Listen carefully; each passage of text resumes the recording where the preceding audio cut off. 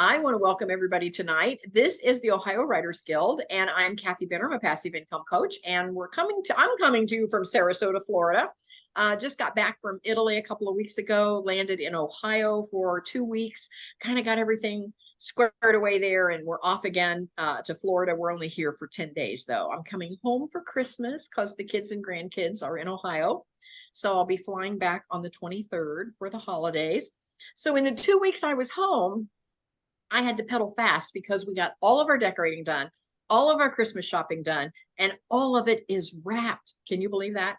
Because I knew by the time I got back home on the 23rd, there was not going to be enough time to do all that. So, and in the meantime, and Sandy drove over from where she lives. In the meantime, we had our, I'll call it our company party. It was our tribe party, and we had folks that came in from all around. And so we threw that. Sorry, I missed that. Yeah, so we threw that in the mix of the 10 days that I was home. So yeah, it's been a crazy couple of weeks, but it's been fun. And I love being busy. So I get to be as busy or not as I want to be. So that's my lifestyle at the moment. And anyway, I have the Kathy Benner International Academy, and I show folks how to take their passion, turn it into their purpose, turn their purpose into profit, and then finally turn their profit into passive income. And so that's why, again, I like to be as busy or not as I want to be, depending on what projects I either want to work on or, as we were just chatting, I pay somebody else to work on. So that's kind of how my life is going right now. I never had those advantages early on. And so I've kind of created that lifestyle for myself, and it's pretty awesome, actually. So I love that.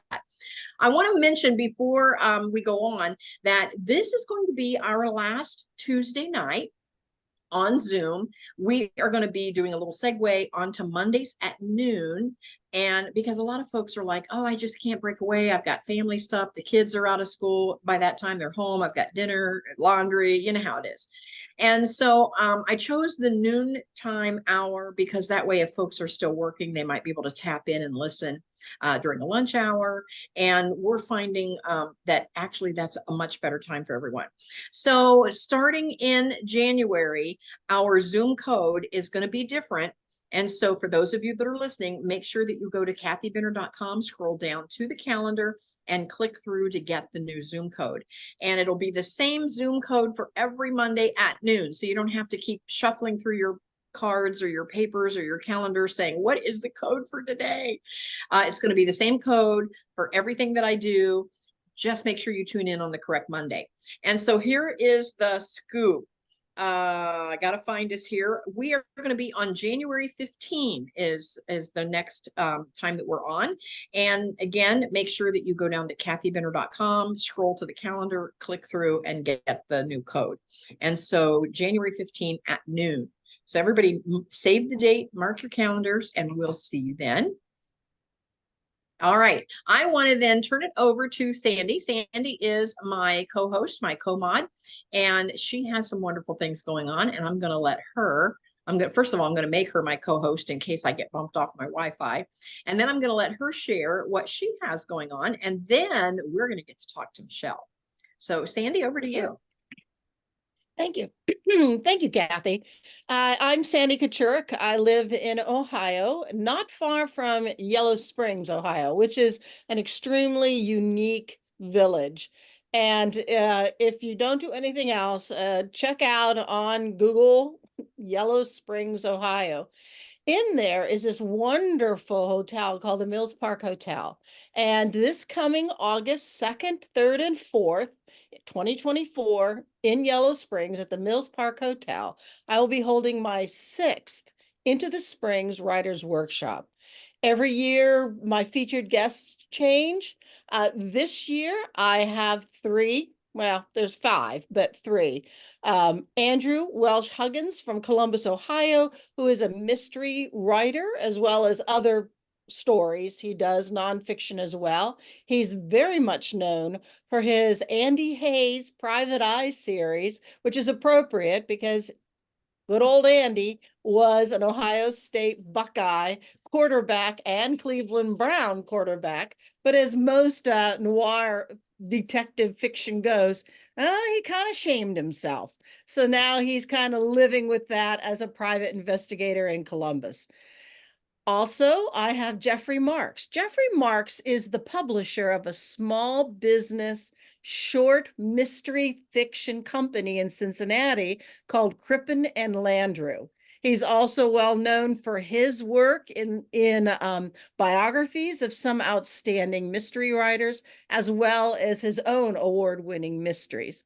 Finally, I have the Ohio audiobook narrators, Becky, Angus, and Gary. They are the founders. They're going to spend a good Saturday afternoon talking about how you can narrate your own book successfully or have them narrate it for you and how to do that. I'm hoping that there may be time that they'll practice a little bit and show you what they do using some of the registrants' writing material as well. Now, that sounds like, oh, this must be for mystery writers. But no, that's part of the challenge.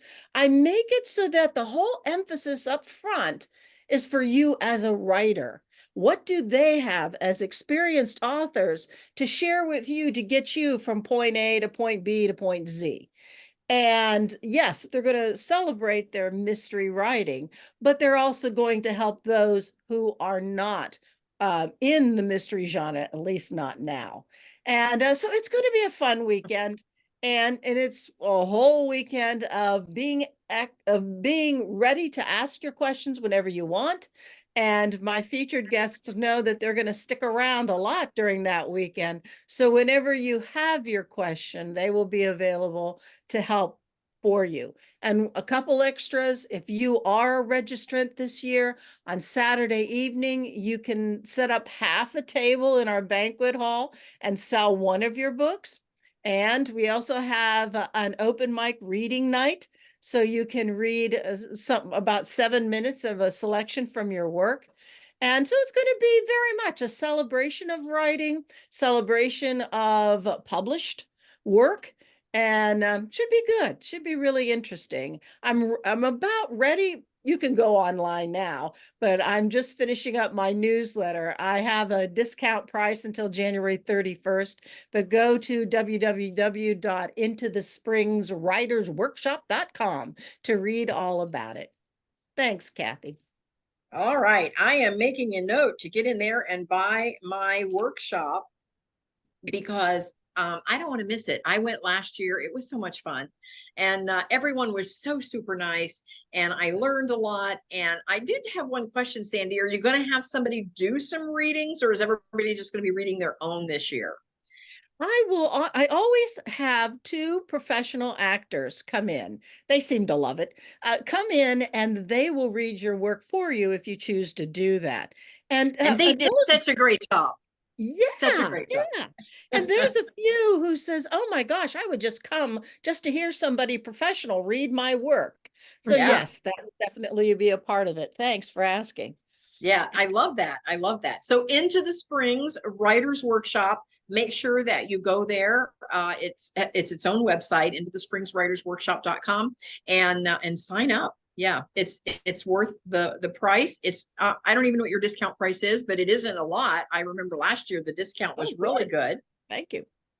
And yeah, go ahead. No, it is the same price as it was last year, $279.99, I believe, for the whole weekend. Yeah. And so take advantage. I love it. Yes. Thanks. Perfect. So now we are going to talk to Michelle Mays. I met Michelle last year and she was on our podcast and we talked with her, but boy, oh boy, has she done a lot since we talked to her last. But some of our listeners may not know what you're all about, Michelle. So give us a little bit about your backstory and bring us up to maybe where we were last year with what you were doing. Sure. Thank you, Kathy. And thank you, Sandy, both of you. I actually know the Yellow Springs area very well because I graduated from Fairborn High School, which is the next town over. Yellow Springs is a beautiful town, and I would love to come that weekend, but I was like, August 8th, I just booked a trip. Anyway, I'll have to catch your future ones. It sounds Sure. very interesting. Thank you.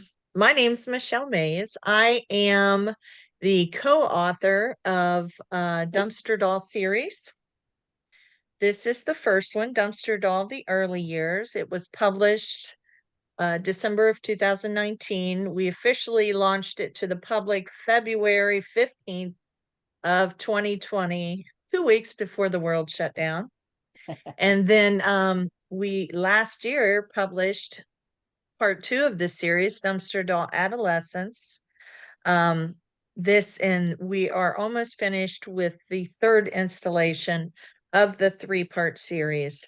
And what the Dumpster Doll series is about a foster child, what the foster child endures before going into foster care, what led up to foster care, the families that they were with during foster care, and what happens after foster care, and how they take the lessons learned by all the different mentors they had and apply it in a atmosphere where they have no guidance.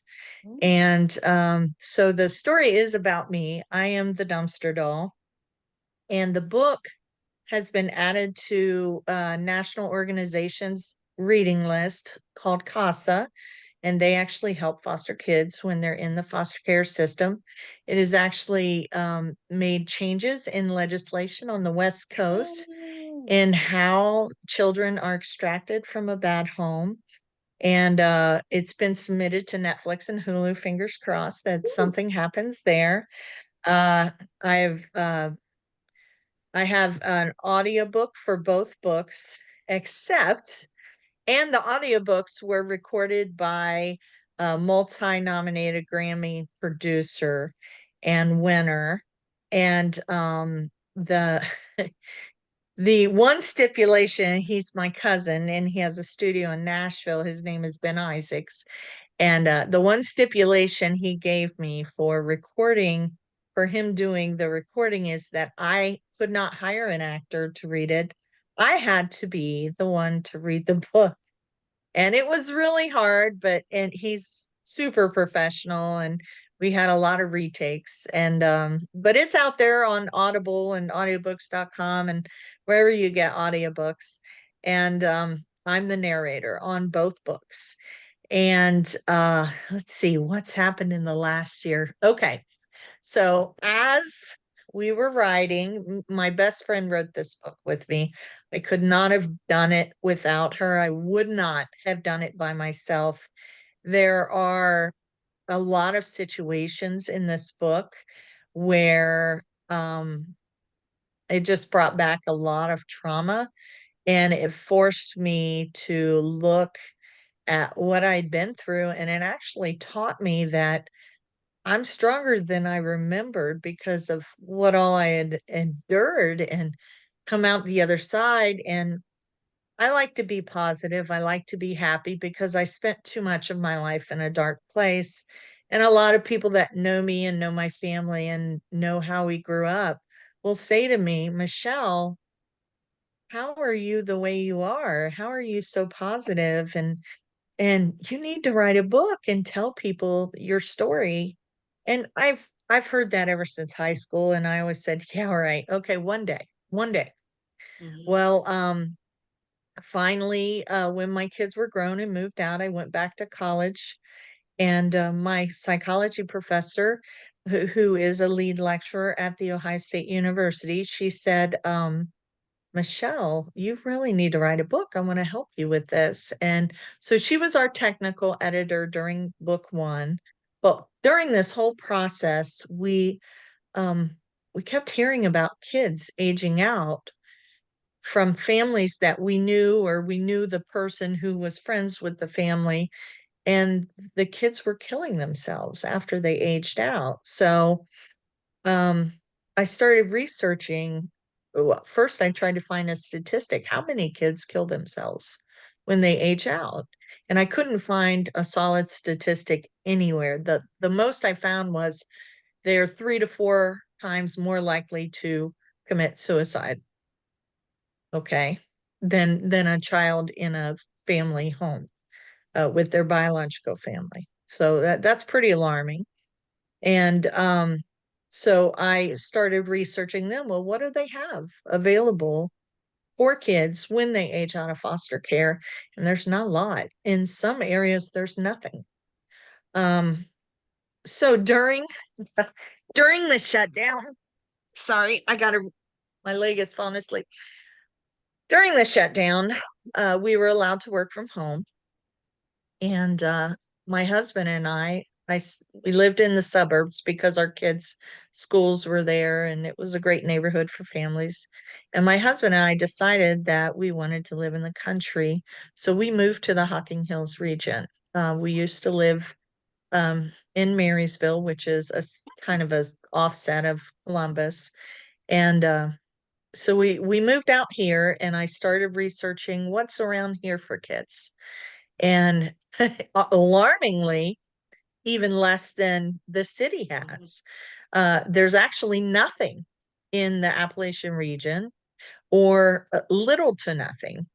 And so I started talking to several organizations, Job and Family Services, independent living programs, CASA, and come to find out that well, the money around here isn't distributed for foster children because they don't have as many.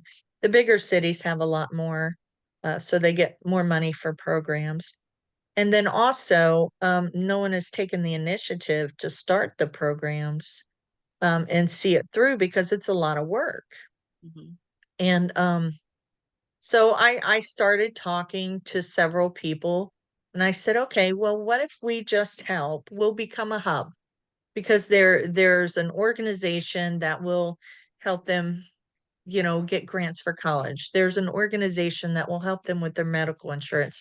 There's an organization that will help them with clothing, school supplies, iPads for college. There are multiple organizations out there, but in every part of my research, I found out that the youth, has to initiate the program. They have to contact them. They have to sign up for it. They have to know about it. And they don't even know it's there. Right. So I said, you know what? I'm going to be a hub. I want to be a hub where they can come to us when they age out and we will help them sign up for all these things. So we started helping. And the first thing we found out is they have, we didn't find this out. I knew because of experience, no birth certificate, no social security card. How are they going to find gainful employment if they age out without these documents? So we started helping them get just those documents. Then most of them don't have a cell phone. So we started helping them get a cell phone so that they could communicate with all these organizations. Well, then in talking with the other organizations, they're like, we we really are having a hard time housing them because first of all, they've got to find an apartment they can afford. They're not going to come out of foster care making 40, 50,000 a year, much less 30,000. Some don't even make that. And there aren't a lot of apartments available that will go along with that kind of income. And how many landlords are going to let an 18-year-old sign a lease? So we started advocating for them. And then I was like, you know what? We could really help more kids if we had a center for them to come to. And then I was like, well, we could help them even better if we had apartments that they could stay in until we could find them a permanent place. So I just finished filling out the grant with the help of Nationwide Children's Hospital and Appalachian Children's Coalition. And I signed a contract, a contingency contract. Granted, we don't get it if we don't get the grant, but all signs point to yes as far as what we're asking for and who I've talked to. but we just signed a contract for over a 20,000 square foot building in Logan, Ohio. Now, Wow. yeah, I'm pretty excited. We'll find out in the spring if we have the grant or not. But how this really blew up, I kept telling Michelle Moon, my co-author, I kept saying, it's just going to take the right person to read the book. I didn't write the book and I didn't tell my story for people to be like, oh, poor girl, I'm not a poor girl. I'm very successful. My children are very successful. I have a great life. I have a great job. I have great friends, great family. I don't like to be looked at as pitied. The reason I told my story was to help others that are traveling the same path as me. But I knew if the right person read the book, they could help us with this cause. And that did happen this year. The lieutenant governor's wife read the book, and I had seen him speak last October, and he mentioned that he was a foster child and was adopted. And so I gave him both book one and book two, and he gave them to his wife. And she texted me one day, and I was like, "What?" She said, "This is Tina Houston, and I just finished your first book, and I'm halfway through your second. I absolutely need to meet you. Will you come over for breakfast?" So I went to her house, and she's a wonderful person, wonderful family, uh, family of faith, which I love so much because God has pulled me through all of this. And she said, of course, everybody that reads the book, what happened to so and so? What happened to so and so? And where are you now? And all this. So we spent some time talking about the story. And then she said, "And what's this project, Foster Hub?" Because I put it in the back of book two, because book two is really um, the part where I age out and what I went through when I aged out and how hard it was. So I actually launched Foster Hub in the same party as the book launch for book two. I because they go hand in hand. Mhm. And so I told her, and she said, "Well, where are you now?" And I said, "Well, I have this dream, and I was walking through this building and I was opening all these doors and looking around the room. And I woke up with such a vivid picture that I picked up a pad of paper and I drew it. And then I went downstairs to log into work. And then I heard that's not good enough. So I found a software and I took a training and I created a 3D model that you could walk through of the center. And I showed her this and I said, "This is what God is telling me I need to do." And she said, "I'm going to introduce you to some people." So she immediately emailed some people, copied me, and they have been wonderful. They exist to help nonprofits network and find grant money. And everybody is so excited about this project.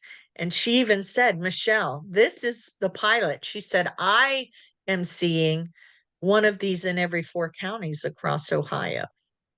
And I was like, "Really?" Well, that would be nice. Sorry. So fingers crossed that the pilot is successful. And I think it will, because I'm getting so many people. And if you get a chance to read the books, um,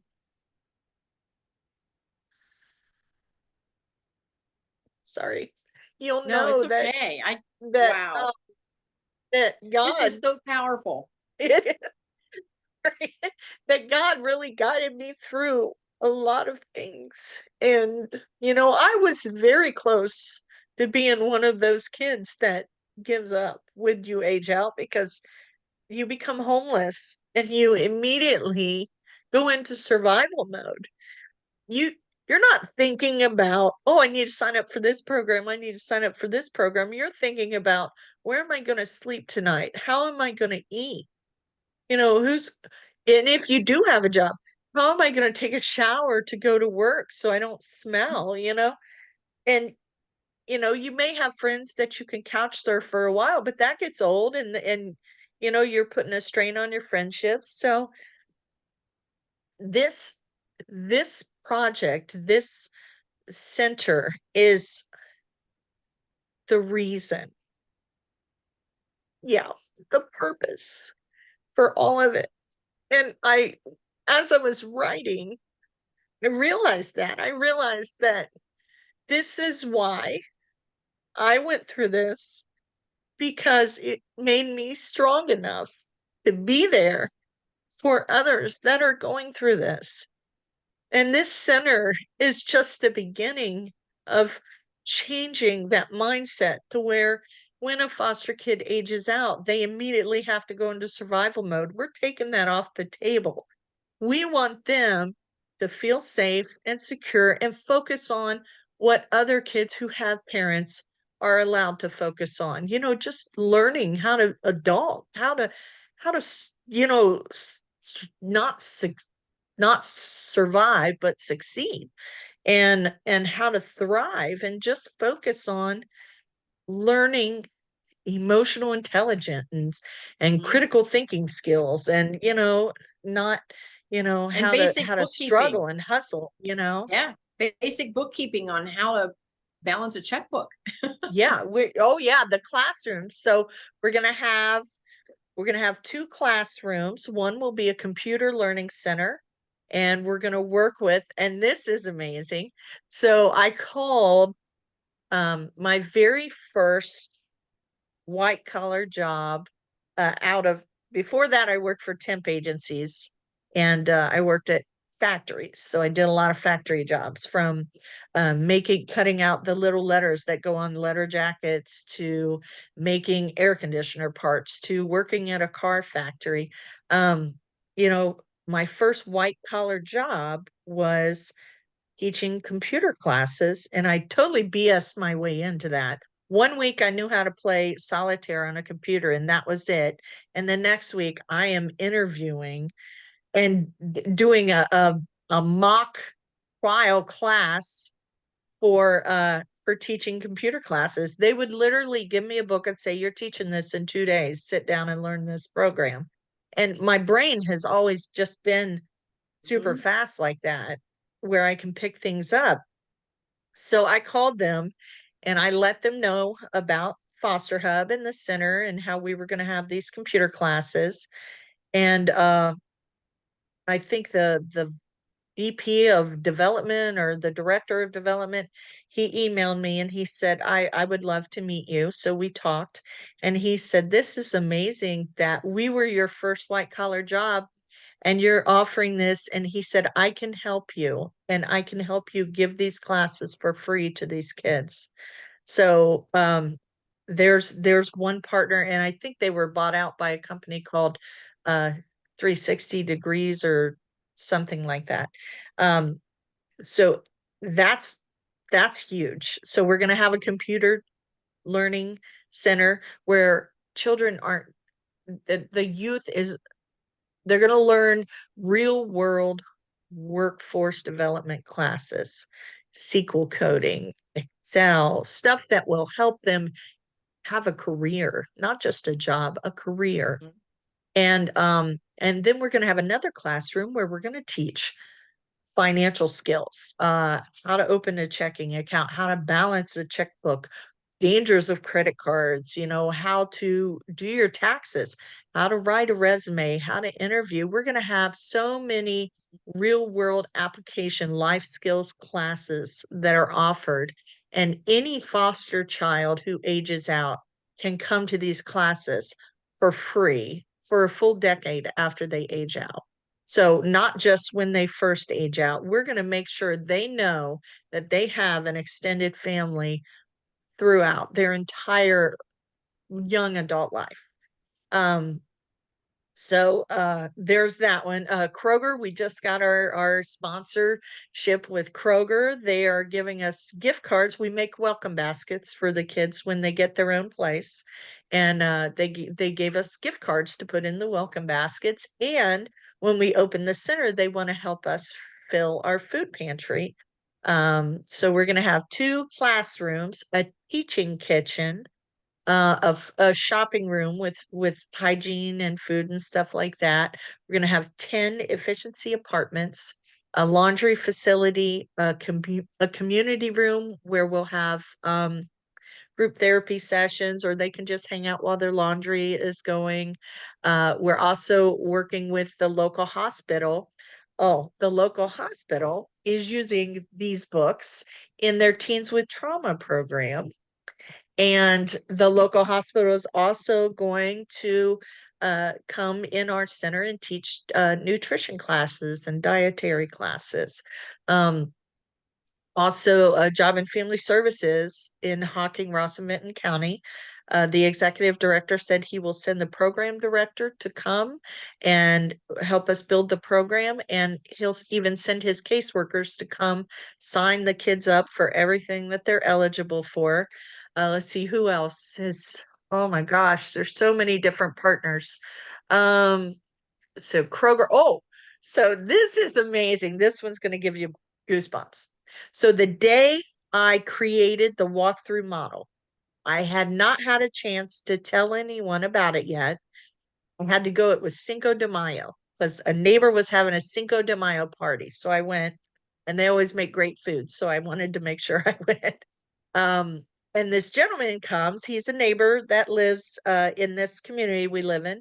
And he said, I would love 5 minutes of your time before you leave today. And I said, sure, what's up? He said, I work for Cornica Cosing, which is a construction company here in Ohio, rather large. And he said, we don't really advertise it, but we take causes under our belt every now and then. And we will send our employees in to volunteer their time for renovations and such. And he said, is that something that would interest you? I had not told one person about this building or this dream or anything that I had had. It was literally like God put him there to tell me, this is your path right here. Take it. So Cornica Cosing came in, and they walked the building and they drew up the estimate for the grant. And then he had another friend who, because we needed an architect too. So we've got Ohio's best architect who is also helping with this. And he's excited to help us do, the full drawn out plans. He did the high level rendering draw out for what we needed for the grant. And he's going to help us do the entire blueprint and for every center that we do. And so he's involved. Who else is involved? Oh my gosh. Oh, the local Moose Fun Family Center threw us a benefit in November. And they actually involved the entire community, all the businesses. They know everybody. And we had a silent auction, a live auction. They had an auctioneer come in. We had a bake sale. We had a steak and chicken dinner. Foster Hub did not have to pay a penny. They paid for the dinner. Well, the businesses that they work with paid. And on top of that, we raised $48,000. I know. I was thinking maybe 10. I was hoping for maybe 10 or whatever. $48,000. But that was really special. The fact that they involved everyone, and now businesses know who we are. They want to work with us. I met with the mayor. He wrote us a wonderful recommendation letter. Tina Houston, the congressman, the senator, the state rep, all these people now are involved and wrote recommendation letters for this project. That's why I think that's why I said all signs are pointing to yes.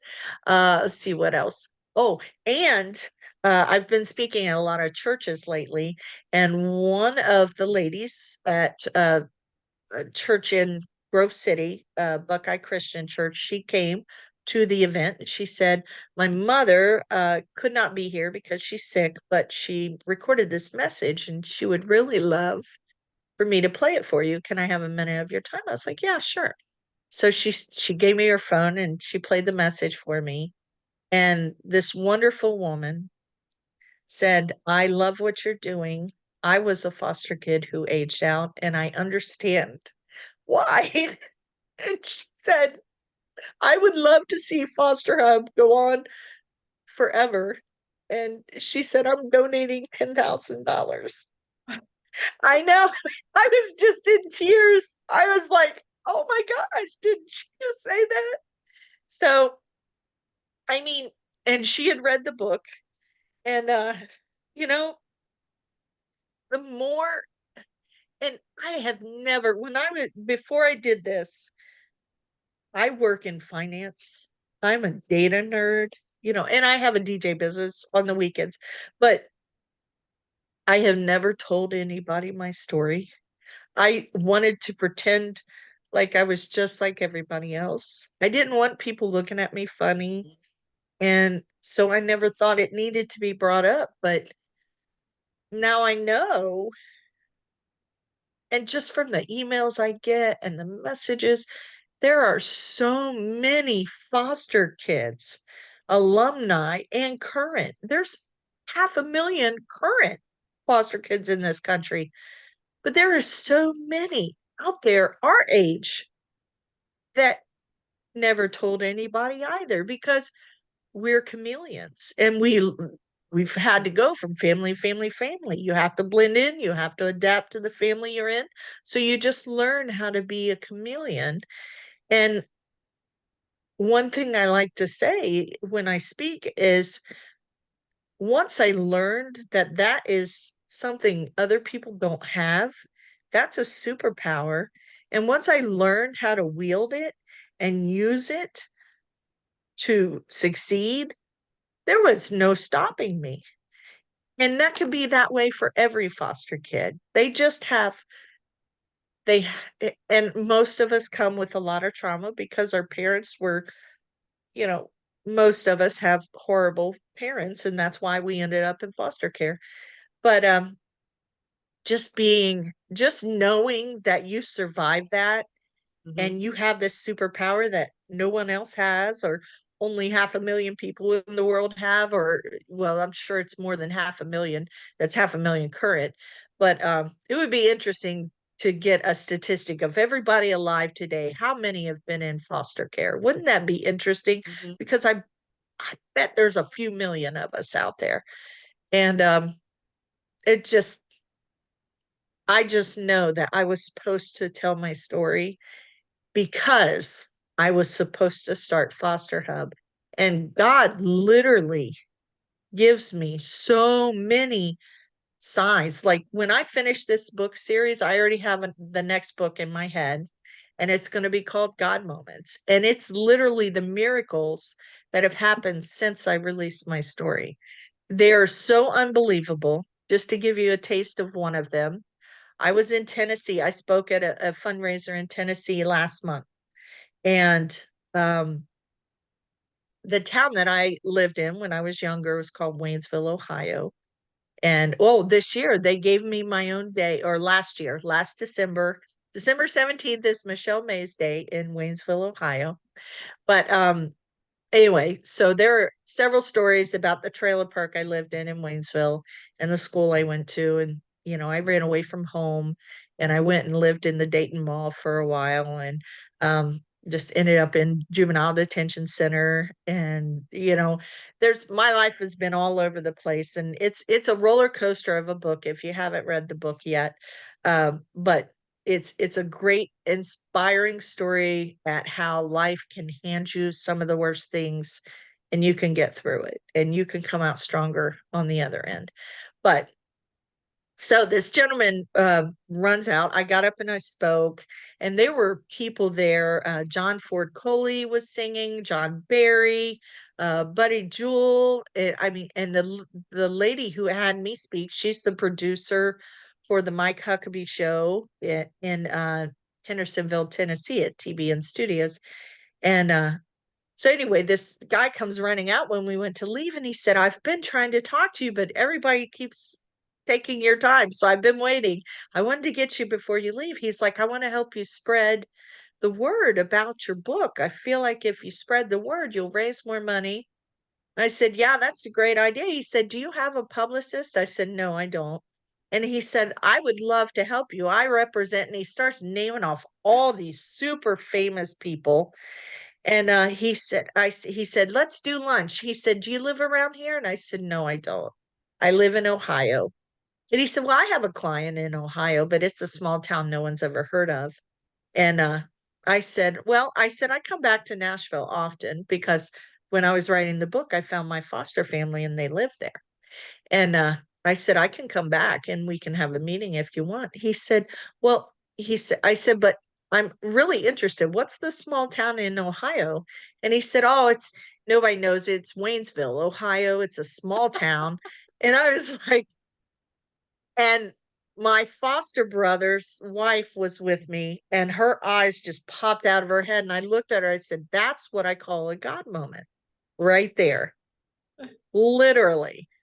And just so many other things like finding the cabin again and my foster mom buying the cabin and them letting me finish the book in the cabin and then the doll. And there are so many things that you would not believe unless you were there and you were a witness. But literally, like just the Cinco de Mayo thing, God is giving me signs. He's talking to me. He's telling me literally last week, I was supposed to go pick up a check, and they wanted to do a picture with me for a publicity thing. So I was supposed to go pick up a check in Hendersonville, Tennessee from this producer because they raised a lot of money from the event that I spoke at. And she said, "We would love to give you $1,000 towards your kids that you adopted for Christmas." I said, "Okay." And I said, "Well," I said, "I'm in the middle of this grant. I can come Saturday." So the plan was for me and Michelle Moon to leave at like 3 in the morning Saturday, go have lunch, get a picture, come back. Michelle Moon got sick. She could not go. And I finished the grant, everything I had to have on Thursday. And then I heard a voice in my head that said, "Just go today. Go do it today." So after work, I left. I went to Tennessee. I spent the night at a hotel.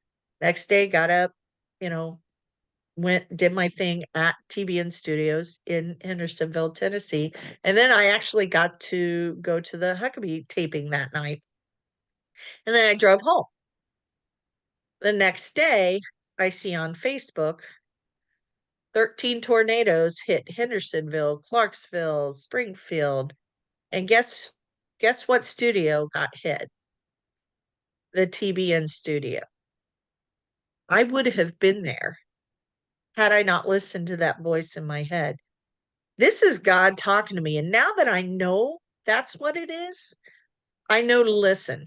I know to listen. For many years, I always heard that and I thought I was just crazy, but which I kind of am still, but you can't go through what I went through and not be a little cuckoo. But um now that I know what the voice is, I know how to pay attention and I know how to, you know, I know he's going to have my back. And I know we're going to get this center open next year. I'm so excited. Michelle, That's this what, is such an amazing story. I love hearing what has happened just since we talked to you. The last time we were talking, you were just talking about the first book and you were hoping to, that it made a difference. I mean, that was how far you were with it. And look yeah, at what has happened since we talked to you last. And yes, so I too practice listening. And so one of the things that I have really been again, if you're talking about listening to God's voice, is there is a program that I want to add to my academy, and it's how to tell. It's actually a course where folks can take a little test within the course, and it's how to tell whether they would do better at working for someone else or whether they would do better at being self-employed. And so basically it's, are they an entrepreneur or not? Because a lot of people that want to be an entrepreneur, really, they're not cut out for it. And a lot of folks that are stuck in a dead-end job would really be an amazing entrepreneur, and they're just afraid to make the switch. And so when you're working with these kids, do you find some kids that, like you're such a fast learner, but you didn't have a lot of those opportunities growing up until you did age out, and then you learned about yourself that you could do anything you set your mind to do. I'm sure there's kids like that all over the country that would be amazing entrepreneurs, and they just don't have that stepping stone to get there, or the community, the group, the tribe, whatever. The mentorship. Yeah. Yes, the mentorship for them to get there.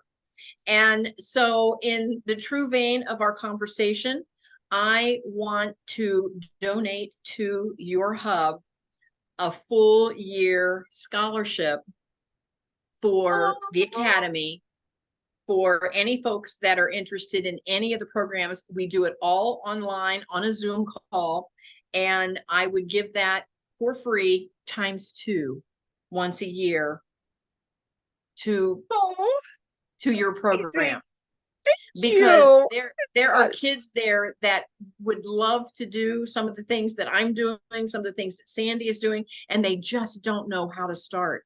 And so this would be with, your team working on the ground there with the kids. You would know which kids that it would really help launch them, give them that confidence that is just that close for them. Yes. And they just need a group where they can say, wow, I can do this thing. Yeah. Yeah. I've already got a kid in mind. So she keeps starting these businesses, and they're failing, and then she starts another one, and then she starts another, and then and she wants to be an entrepreneur, and she's a hard worker. It's just, I don't think she knows how, and she's not found her niche, her purpose yet. That's wonderful. That is our wonderful. membership fee comes out to about $300 a year. So we would be donating $600. That is wonderful, Kathy. Thank you so much. Yeah. So I can't wait to be a part. I think it's huge. It's so needed. And I appreciate you and your heart and your service. And again, everything that you've been through, you've turned it around to make it something positive. And that's the biggest mentorship that these kids need, is to see that can happen. Yes. This positive come out of it. We're working with the boy right now. He's chosen to throw bricks through our windows at our property down on the Ohio River down in Middleport, which is, again, a very depressed area. The grandmother is trying to raise him, and he just feels like nobody sees him. He wants to be seen so badly. So we're working, trying to figure out a way to make a difference in his life. And so I get where you're coming from. I get why it's so important. That's awesome. I love it. I love it. I love to hear that. Yeah. Oh my gosh, I'm a blubbering mess now. Sandy, any comments or thoughts? Man, I know this is quite a conversation. I know. Really, and I usually come with a bunch of them. Just amazing. It's to me, because I run a writer's workshop, because I taught high school English for ages. To me, the power of writing, you just don't know who's going to pick up on that and be taken away by it. So amazing, because in the end, yes, you worked with other folks, sure, but you put your life there in a book. And look how many people have you were talking to them without knowing it. That's just, to me, the words, one word, word by word, it got out there. Wow, that's just amazing. Amazing. I have to share this last story now that you Mhm. said you're an English teacher. So my AP Lit teacher, I loved school. Wow, I was AP. really good at school, and he would make us write. He would write a question at the beginning of the week, and we had to write a paper by Friday and turn it in. And Oh, sometimes, and there was never a right or wrong answer. sure. Uh, and sometimes, like whatever author we were reading, and that time try to incorporate something from the book. Right. Nietzsche one week, Shakespeare another week, and so sometimes I would have stories, personal stories I could put in these papers. So he asked me after class one day and he said, "Are these your stories?" I said, "Yes." And he said, "Michelle, you have to write a book." I Good. said, "Mr. Sewer, I'm only 17 years old. I have a whole bunch of life left to live." He Yeah. said, "Promise me you will write a book one day." And I Wow. said, "I will." I just found him last month and Yeah. had lunch with him and gave him the books. And he was a mess too. He was like, "I can't believe I made that kind of impact on your life." Aw, thank you I for said, "I sharing. Oh, always remembered what you said to me." wow. Wow. So, And That's, you know what? And right there is the moral of the story. Most of these kids just need somebody to believe in them. yeah. yes, And to They say just need that. somebody to believe in them. Yep. And believe exactly. me, over the years, thousands of students came across my classroom, and I read thousands of stories and essays and all that. But it is only a unique few that I could see like, wow, man, there's a writer. So Mhm. by all means, take that. What he said to you, he knew. He knew, and I'm glad you eventually that I'm glad you followed up on it. Really, really am. And yes, Yeah. I have a couple spots for a scholarship for a student at the writers workshop. If you can recognize that in if you see somebody in the age group that you're working with who would benefit and be able to handle a week in Yellow Springs, something like that, let me know. But Okay. wow, bravo, brava, Thank you bravo, so much. Michelle, you've done Thank well. you. Thank you. Wow. Thank you. Michelle, this has been a wonderful conversation. Please let Oh, our listeners know how that they can get in touch with you if they want to participate in what you're doing, or how at least they can get copies of your books. How can they connect? Well, thank you. Thank you. Okay. Uh, the books, Dumpster Doll series, The Early Years and Adolescence. Can you see them? Am I getting them? Yep. Um, they're on Amazon, barnesandnoble.com, Kobo, Walmart.com, many libraries, every bookstore in the Smoky Mountains, a couple here in Columbus. Uh, one is the Book Loft, and the other one is mm, Gramercy Books. Is there a Uh-huh. Gramercy? Uh-huh. Yep. Yep. Okay. See, they're available in hardback, paperback, ebook, audiobook. Um, what else on the book?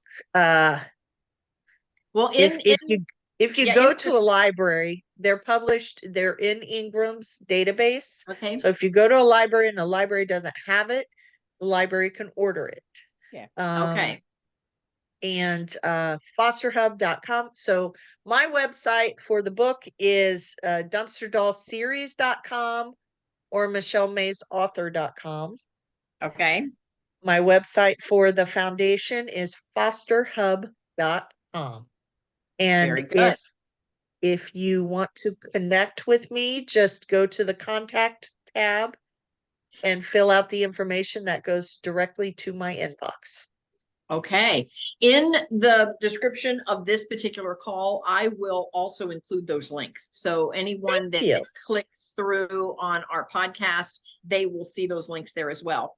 And also, Michelle, I'm going to do one more thing for you. Sandy and I do this for everyone. And I believe you may already be there, but I'm going to make sure that you are in our speakers cabinet. So if anybody is looking for speakers and they click through on our speakers cabinet, they will see you there.